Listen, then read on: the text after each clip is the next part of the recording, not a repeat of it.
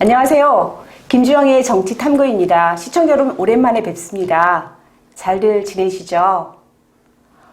제가 요즘 마음에 새기는 구절이 있습니다. 어른이란 100가지 하고 싶은 말을 한마디로 정리해서 삼킨다는 그 말이 너무나 저를 정말 이거 진리다 라고 생각하게 만들어서 지금 그 말을 다시 한번 여러분께 들려드리는데요. 여러분은 어른에 대해서 어떻게 생각하시나요? 우리가 어른이 되기 전에 지나오는 시절은 바로 청년 시절이라고 생각합니다. 오늘 이 자리에 그 어른이 되어가는 과정 속에 있는 청년을 한 분 모셨습니다. 여러분 기억나시나요? 김민석 청년입니다. 김민성이죠? 네. 네. 반갑습니다. 어떻게? 네, 반갑습니다. 잘 지내셨어요? 네, 저는 잘 지냈고요. 네. 작년에 선거에 출마했다가 네. 용감하게 낙선을 경험을 하고 네. 더 성숙해지기 위해 노력하고 있습니다. 아, 그러시군요. 네, 여러분 혹시 지역구가 신방동이시면 아마 기억이 더 또렷하게 나실 겁니다. 청년 정치인으로서 2022년 6월 1일 지방선거에 출마했던 김민석 후보였죠. 이제는 청년으로서 어떤 활동을 하고 계시나요? 네, 저는 낙선 이후에도 저희 동네를 떠나지 않고 신방동에서 계속해서 이제 주민들과 소통을 이어왔고요. 네. 현재는 더불어민주당 중앙당에 있는 네. 인권위원회에서 부위원장으로 또 새로운 역할을 하고 있습니다. 그럼 인권위원회에선 주로 어떤 일을 하죠?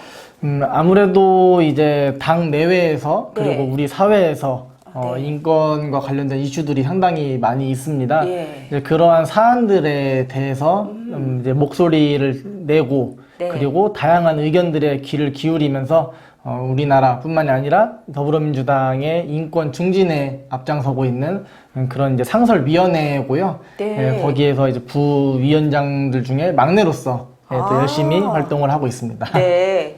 뭐 여러 가지 경험도 되실 거고 그렇다면 막내라면 좀 사랑도 많이 받으시겠는데요? 더 상을 위해서 노력해야 된다고 생각을 하고 있습니다. 네, 그러시군요. 그러면 네. 이제 이렇게 인권에 대해서 어떤 이슈적인 부분에 최근에는 어떤 일이 있었을까요? 최근엔 우선 좀 가까운 곳에서 이야기를 좀 드리자면은 안타까운 일이지만 천안 지역에서 우리 천안이요? 네, 학교 폭력으로 최근에 네. 또 운명을 달리한 학생이 있었습니다. 맞죠. 네, 이 자리를 빌어서 그 피해자의 또 명복을 비는 바이고요. 네. 이런 안타까운 일이 학교 폭력이라는 게 네. 지난 뭐 하루 이틀 일이 아니고 네네. 지속되어 왔었고 그리고 앞으로도 네. 지속될 여지가 있다라는 점이 참으로 안타까운 부분이라고 네. 생각을 하는데요. 네네. 그러한 학교 폭력이 빨리 근절이 되어서 이렇게 또 꽃다운 네. 나이에 안타깝게 희생되는 그런 학생들이 없었으면 하는 그런 마음입니다. 네, 맞습니다. 제가 그러니까 저도 며칠 전에 이런 얘기를 했어요. 왜 유난히 학교 폭력이 많을까? 내가 자랄 때는 좀 안 됐고 조금 뭔가 불편한 친구가 있을 때는 오히려 다들 삼삼오오 모여서 그 친구를 막 같이 가방도 들어주고 함께 어깨동무하면서 힘을 낼 수 있게 해줬는데 요즘 시대는 왜 자꾸만 여기저기 학교 폭력으로 인해서 이제 자기 스스로 뭔가를 마감하는 일도 생기고 또 거기로 인해 상처를 입어서 많은 아픔을 겪는 사람들이 늘어난 이유가 뭘까라는 고민을 좀 해봤거든요. 네. 어떤 이유 때문에 그럴까요? 그냥 우리가 전문가는 아니지만 네. 생각해 볼 때 이 사회 기류를 봤을 때 제가 생각하기에는 이제 예전에 비해서 학교 폭력의 강도나 빈도가 네. 더 많아지고 있다라는 점에서 아마 시대가 좀 바뀌면서 개인주의가 팽배해지고 그러면서 예전에는 동네에서 네. 형제 간에 그렇게 사회성을 좀 길러왔었는데 예. 아무래도 이제 그런 경험을 좀 적게 한다라는 말이죠.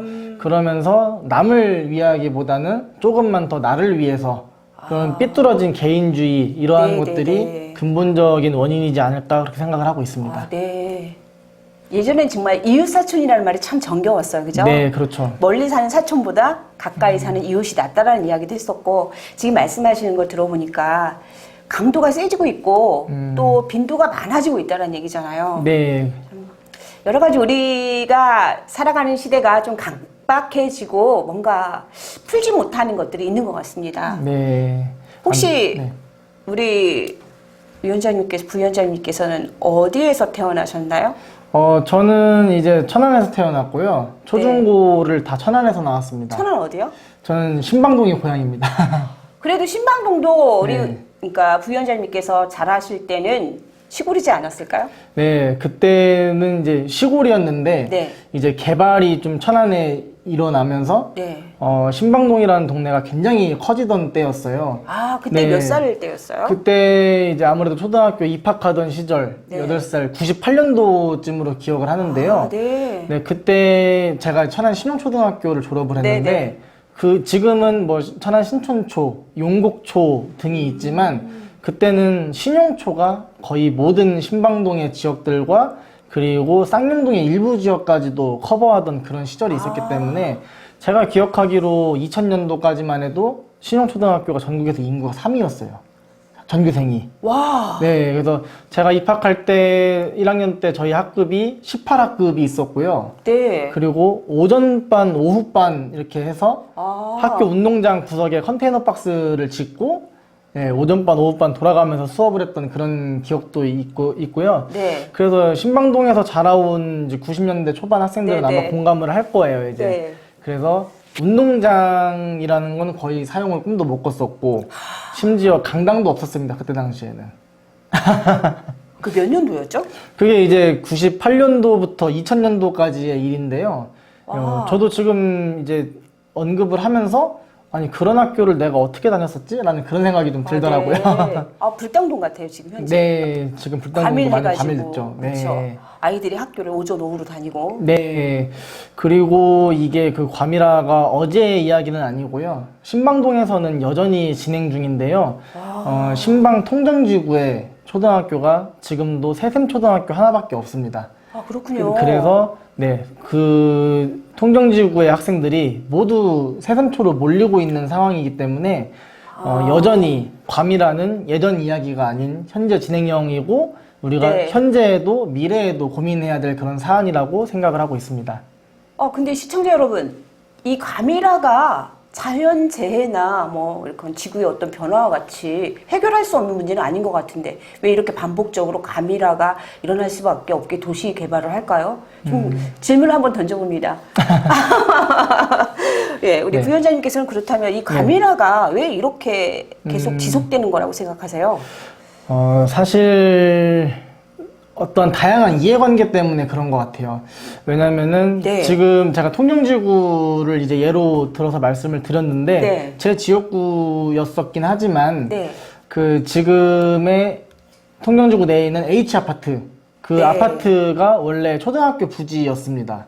근데 갑자기 아파트 부지로 변경이 됐어요. 아니, 그럴 수도 있군요. 네, 그래서 또 다른 1000세대가 넘는 H아파트 주민분들이 초등학교가 생긴다고 해서 입주를 했다가 아파트가 들어서는 그런 일이 발생하기도 했었거든요. 너무 난감한 상황이었겠어요. 네, 많이 난감한 상황이고 뿐만이 아니라 이제 청룡동 쪽에서도 몇 년도에 그런 일이 있어서 네. 주민분들이 반대를 거세게 하고 예. 그래서 겨우겨우 이제 갈등을 봉합했던 그런 사례도 있기 때문에 근데 그 갈등 네. 어떻게 봉합했죠? 제가 이제 아무래도 너무 오래된 일이라서 아니, 저는 정확하게는 궁금한 게 이제, 예. 초등학교 들어왔나요? 초등학교 청룡동은 들어왔습니다 지금. 네, 그러면 예, 그렇게 지금 해결됐고, 들어왔습니다. 네. 예. 이렇게 하셔야지 뭐가 해결되나요? 요즘 이거 안 좋은 문화인데? 네, 그래서 여전히 통영지구 얘기로 다시 돌아와서 네. 학교 부지가 좀 많이 요원한 상황이에요 지금. 그래서 여전히 해결이 좀 난항이고 더불어서 신방동의 인구가 지금 벌써 4만 5천을 훌쩍 넘어서 5만을 바라보고 있는데 네. 고등학교가 하나도 없습니다. 아, 현재까지도요. 그래서 신방동에서 자라온 저 역시 가장 가까운 고등학교인 천안 쌍용고등학교를 나왔고 네. 지금 현재도 마찬가지입니다.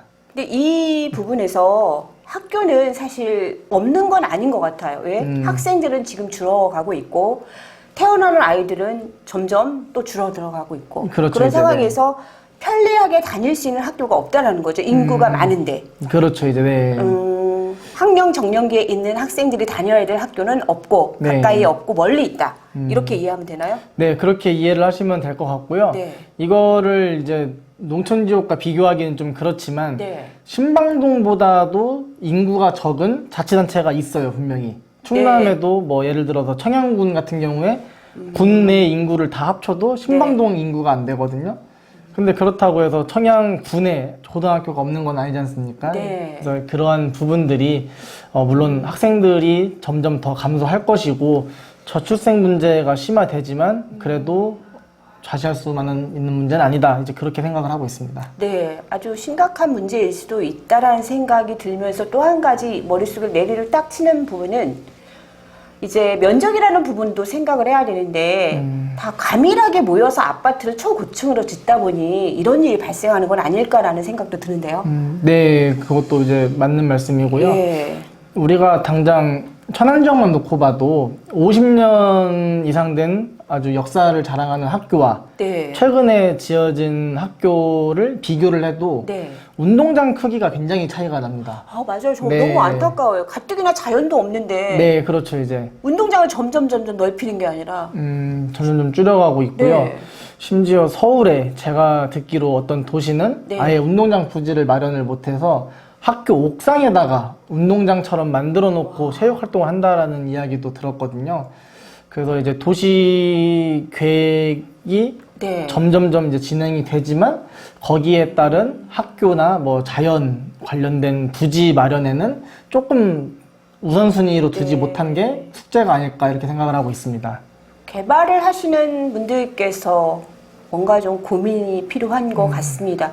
이런 얘기를 들으면 너무 삭막해요. 왜? 경제적인 어떤 논리만을 앞장 세워서 이루어지는 것 같다는 생각도 들고요. 네, 그렇죠. 안타까운 부분입니다. 근데 저는 지금 그 옥상 운동장 한번 가보고 싶어요. 아, 옥상 운동장이요? 도대체 어떻게 아이들이 놀고 있는지 궁금해요. 저도 이제 가보지는 않았어요. 네. 이제 하지만 이제 기사로만 접했었는데 첫 번째 제가 얘기만 듣고 네. 상상했던 거는 아이들이 옥상에서 축구를 하다가 혹시라도 공이 넘어가게 되면 어떡하지? 라는 생각을 했는데 네. 그래도 제가 확인을 해보니까 그물망은 또 이렇게 돔처럼? 네, 그렇게 되어 있더라고요. 이제. 네네네. 네, 근데 그래도 학교라는 공간이 이제 학생들이 오로지 공부만 하는 곳은 아니잖아요. 네. 뭐 다른 이제 교우 활동이라든지 네. 아니면 이제 운동을 통해서 이제 건강한 체력 증진이라든지 그러한 부분들이 수반되지 못하는 점은 참으로 아쉬운 부분이라고 할 수 있겠습니다. 네. 이 문화가 참 많이 바뀌고 또 도시가 발전하다 보니까 우리가 어렸을 때 자라나던 환경과는 다르게 개발되는 것도 참 많은데 이런 것을 어떻게 해소하고 또 다른 더 좋은 문화를 만들어야 되는지도 좀 우리가 깊이 생각해야 될 것 같고 이제 청년으로서의 어떤 정치를 꿈꾸시는 분으로서도 좋은 아이디어를 좀 많이 생각해 주셔야 될 것 같습니다. 네, 고민 많이 해보겠습니다. 네. 네. 근데 그 운동장 관련해서 생각해 보니까 예전에 그 어느 모 그러니까 후보였죠. 그분이 얘기했던 게 주차장을 모두 차가 너무 많으니까 네. 지하로 옮기면 어떻겠냐라는 말씀도 했어요. 근데 그때 얘기하는 게 예산을 이야기하잖아요. 그렇죠, 이제 네. 근데 정말 예산이 없나요? 아니 진짜 궁금해요. 왜냐하면 교육 예산은요 매년 네. 비율제로 사실은 증가하기 때문에 점점 아이들은 진짜 절반 반토막이 나고 있는데 예산은 진짜 어마무시하게 이렇게 많이 주기 때문에 애들 막 그 아이패드 하나씩 나눠주고 막 네. 학교를 얼마나 잘 꾸며놔도 쓰고 남은 돈이 제가 기억하기로는 2조인가라고 좀 기억하고 있거든요.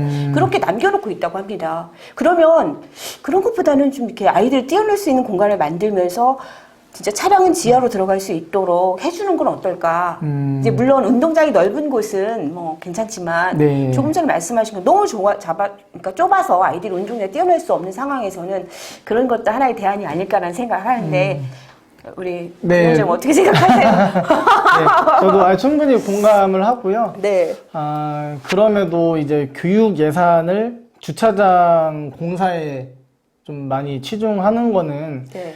좀 더 고민해야 될 부분이라고 예. 생각을 하고 하지만 그 방향성이나 취지에 대해서는 공감을 하기 때문에 네. 다른 좋은 방법이 없나 정치권과 진짜, 예. 교육계가 머리를 맞대고 네. 더 고민을 해봐야 될 것이라고 생각을 하고 있습니다. 예, 예. 그렇죠. 지하로 들어가면 돈 많이 들겠네요. 그러니까 이제 아까 이 학교 얘기를 저희가 계속 하고 있는데요.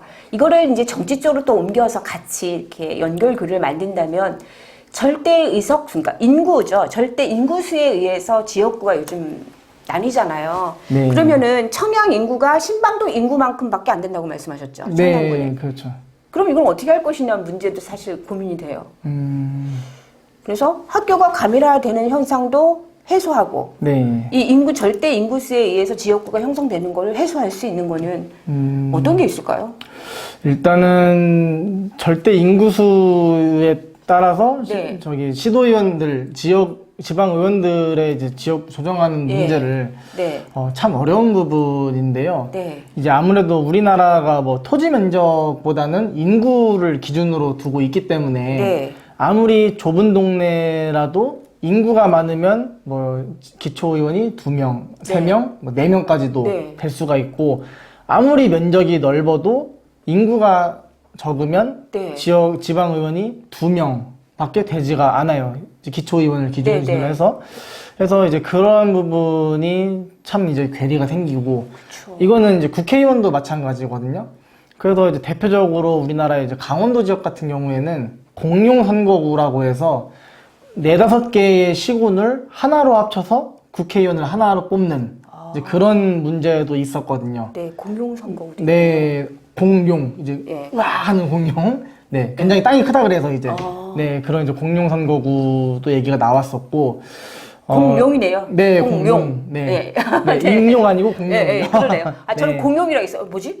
아, 네. 그래서 그만큼 땅이 거대한 선거구다라는 말씀을 드리고, 네. 그래서 이제 그 대표성에 대해서 사실 정치권에서도 끊임없이 논란이 되어 왔었고, 이를 이제 해소하기 위해서는 어떻게 해야 될 것인가, 다양한 의견들이 있었거든요. 네. 그래서 이제 그 부분을 이제 논의를 좀 많이 해야 된다고 생각을 하고, 네. 저는 이제 지방의원을 준비했던 사람이니까 지방의원의 측면에서 이제 말씀을 드리면 그 아무래도 문화적인 기준이 있다고 생각을 해요. 네. 이게 이제 무슨 얘기냐면은 대표적으로 이제 천안에 이제 북부 4개 읍면 지역이 있습니다. 성완, 네. 직산, 입장, 선거. 네. 원래 그 4개의 읍면이 하나의 지역구였는데 네. 인구가 너무 많아지는 거예요. 그래서 지금은 선거읍을 분리해서 부성 1동 선거읍 이렇게 한 지역구가 되고 네. 나머지 3개의 읍면이 하나의 지역구가 됐거든요. 오. 근데 이제 아무래도 이제 선거분들은 이제 입장, 직산, 뭐 성완 이렇게 예. 함께 이제 공유를 해오다가 네. 갑자기 이제 두정동 네. 이런 도시들하고 이렇게 한 지역구가 그렇죠. 되니까 네네. 이게 기존의 그 문화적인 측면에서는 조금 이질감이 있다라는 생각이 들어요, 이제. 또 그럴 수도 있군요. 네. 갑자기 이제 도농복합 지역이 됐다라는 말이죠, 예, 이제. 예, 예. 그래, 근데, 그렇다고 또 인구가 법적으로 정해진 기준이 있으니까 4개의 읍면을 하나로 둘 수는 없고요. 그래서 이제 그런 부분에 있어서 효율적인 방법은 무엇이 있을까에 대해서도 저는 이제 더 네. 연구하고 공부할 필요가 있다고 생각을 예. 하고 있습니다, 네. 그러면 앞으로 이제 네.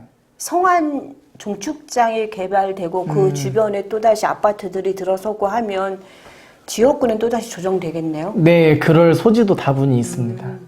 예전에는 우리가 오래된 도시에 가면 상호만 얘기해도 그 자리에서 만날 수 있었던 시절이 있었는데 요즘에는 거의 다 없어지고 새로운 게 들어와 있잖아요. 근데 지역구도 마찬가지인 것 같으네요. 예전에는 이렇게 나뉘어져 있으면 오래오래 그 한 지역구로 우리가 이제 투표를 하게 되었는데 요즘에는 아파트들이 참 많이 개발되고 고층으로 지어지다 보니까 이렇게 자꾸 지역구도 그때 선거 때마다 이제 조정이 되는 것 같아요. 네, 선거 때마다 아무래도 조정이 되고 무엇보다 아쉬운 점은 선거구를 좀 일찍 확정을 하고 네. 그리고 이제 출마했던 후보들에게 충분하게 본인들을 네. 알릴 수 있는 시간을 주고 유권자들에게도 충분히 선택하고 고려할 수 있는 시간이 주어야 된다고 생각을 하는데요.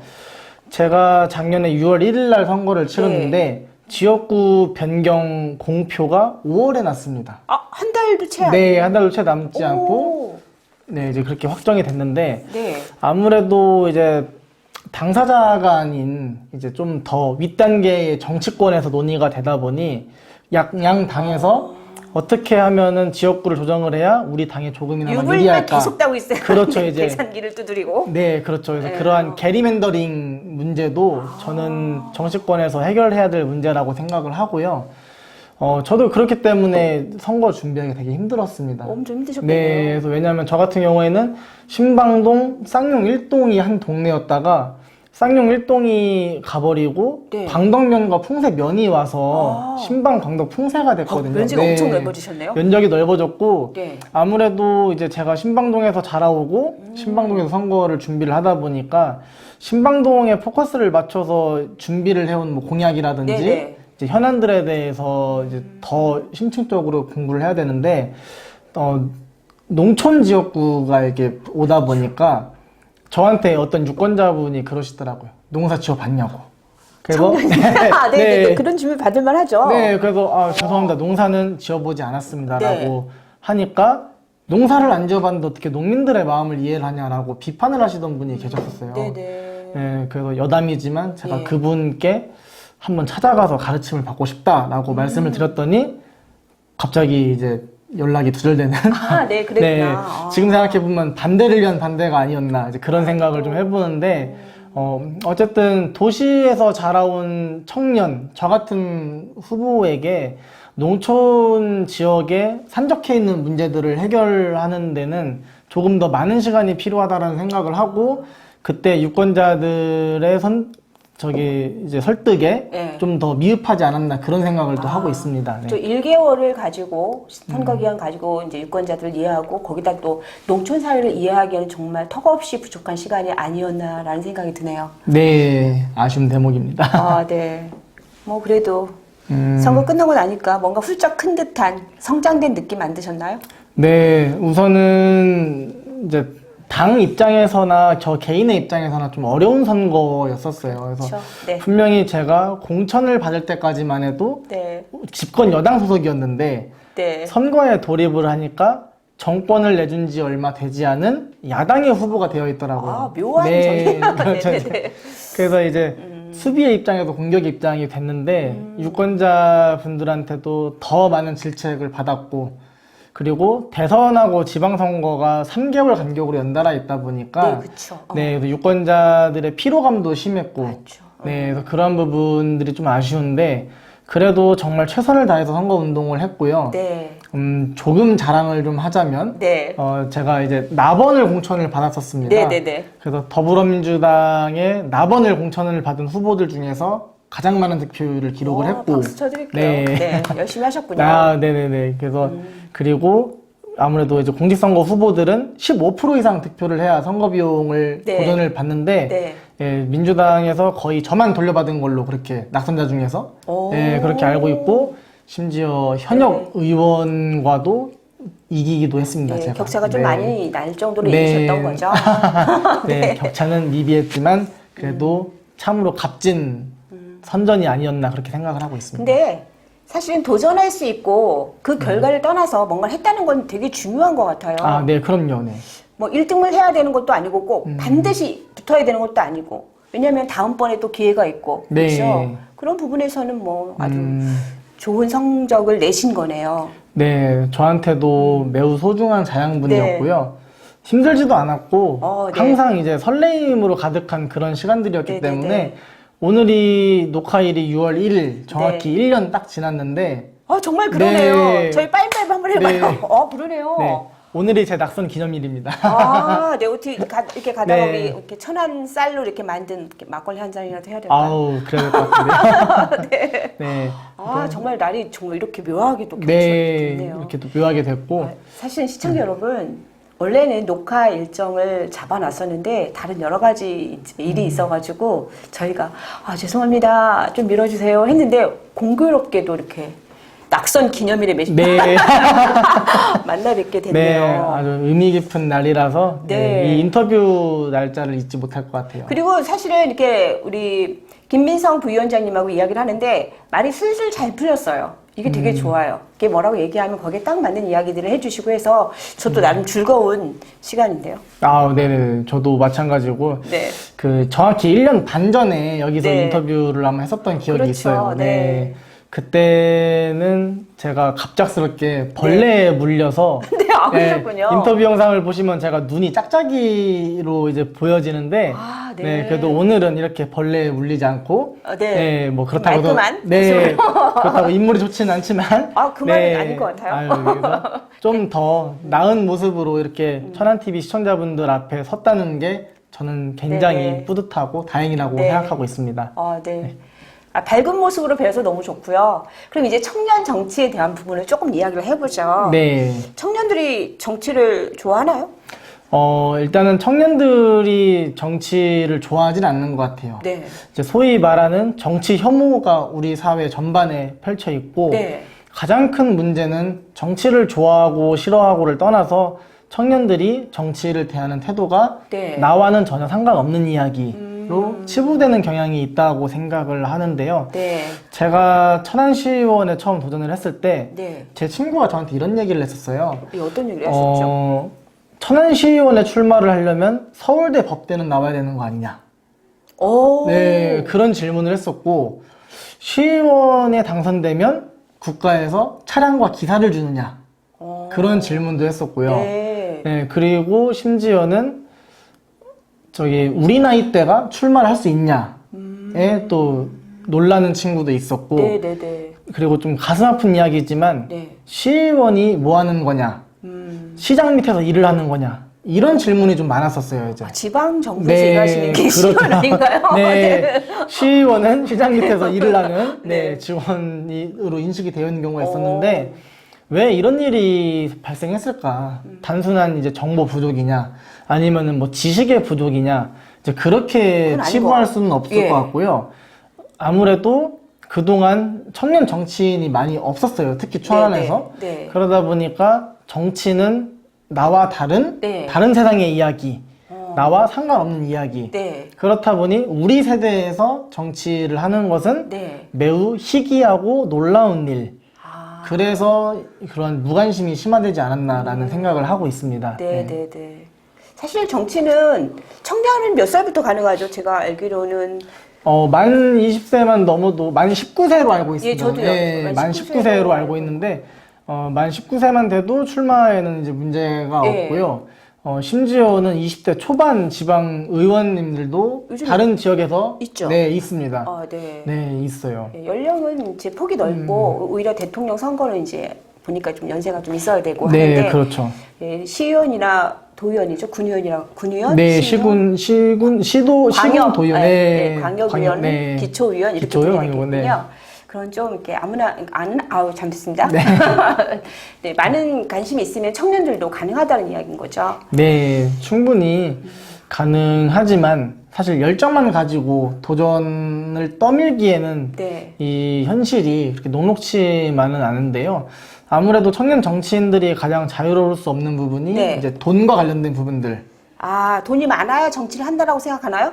돈이 많아야 정치를 네. 한다고는 청년들의 생각하진 인식은 않지만 어떨까요? 저는 이렇게 생각을 해요. 이제 네. 청년들의 기본적인 인식은 네. 돈이 많아야 정치를 할 수 있는 것이라고 생각을 하고 네. 그리고 돈이 없으면 네. 정치를 함에 있어서 부작용이 따를 수 있다라는 우려도 하시는 분들도 계세요. 네. 하지만 이제 제가 느껴본 바로는 돈이 많아야지 정치를 한다기보다는 네.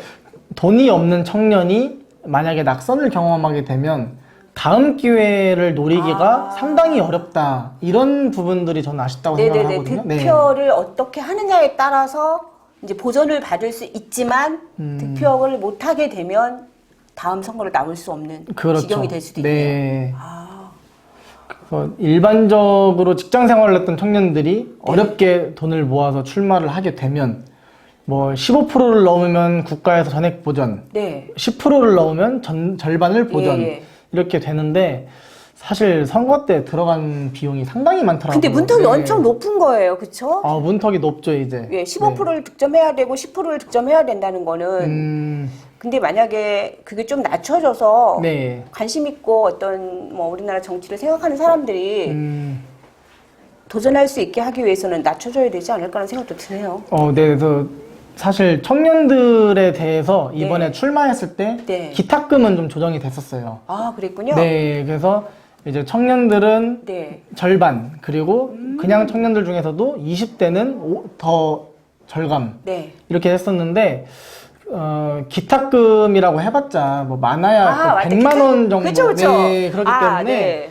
그래서 기탁금 감면은 물론 감사한 일이지만, 현실적으로 청년 정치인의 고민을 더는 그런 아주 매력적이진 않다라고 생각을 하고, 좀 더 보완이 필요하다고 생각을 하고 있습니다. 노력을 했지만 청년들이 네. 이렇게 체감하기에는 좀 적은 금액이 될 수도 있겠네요. 그죠? 네, 그렇습니다. 네. 네. 근데 천안시 조례에는 청년이 39세잖아요. 네. 그럼 출마해서 청년은 어떻게 되나요? 정당마다 조금 상이한데, 어. 제가 알고 있는 주요 정당에서는 아직까지는 만 네. 45세를 기준으로 하는 걸로 알고 있습니다. 왜 제가 이 질문을 드렸냐면 네. 기탁금을 50%만 낼 수 있는 연령은 그 만 39세까지예요. 그것도 네, 만- 만 39세까지고 20대가 감면이었던 걸로 제가 기억을 하고 있습니다. 네. 그렇군요. 네. 20대는 감면, 네. 35세까지는 39세네까지는 기탁금이 절반만 내면 된다 이거죠. 네, 맞습니다. 그러니까 이제 마무리를 해야 돼요. 좀 꽤 재미있게 오다 보니까 벌써 시간이 많이 지났는데요. 아까 우리 김민성 부위원장이 출마했을 때 질문들이 있었던 것 중에 저는 이 질문에 대해서 어떻게 생각하셨는지 궁금해요. 시의원에 출마하려면 서울대 법대는 나와야 되지 않을까요? 라는 질문을 받으셨을 때 네. 그거에 대해서는 어떻게 설명을 하셨죠? 일단은 기초광역의원들은 좀 더 시민들에게 밀접하게 있습니다, 생각보다. 네. 그래서 우리의 지배계층이다 그렇게 생각하는 인식보다 네. 우리의 이웃이고 네. 친구고 예. 동네에 민원이나 어려움이 있을 때 언제든지 연락을 할 수 있는 그런 존재로 네. 인식을 하는 것이 중요하다고 생각을 하고요. 예. 기존의 이제 의원님들 역시 그리고 네. 앞으로 정치에 도전하는 예비 의원들 역시 네. 좀 더 시민들에게 가까이 다가가기 위해서 네. 노력할 필요가 있다고 생각을 합니다. 네네네. 서울대만 나와서 뭔가를 할 수 있다면 네. 네. 안 되겠죠? 모두에게 기회가 있습니다. 정치는요. 네, 맞습니다. 그러니까 정가가 너무 많거나 이제 그쵸. 그것도 있잖아요. 금고형이나 이런 거 받으신 분들은 출마할 수 있나요? 일단은 피선거권 박탈에 대해서 네. 법원의 판결이 내려진 상황에서만 출마가 좀 제한이 되고요. 그 외에는 상관은 없지만 좀 더 엄격한 선택받기가 어렵겠죠? 네, 엄격한 투표해야 잣대가 더 요구되는 것이 사실입니다. 네네. 그래요.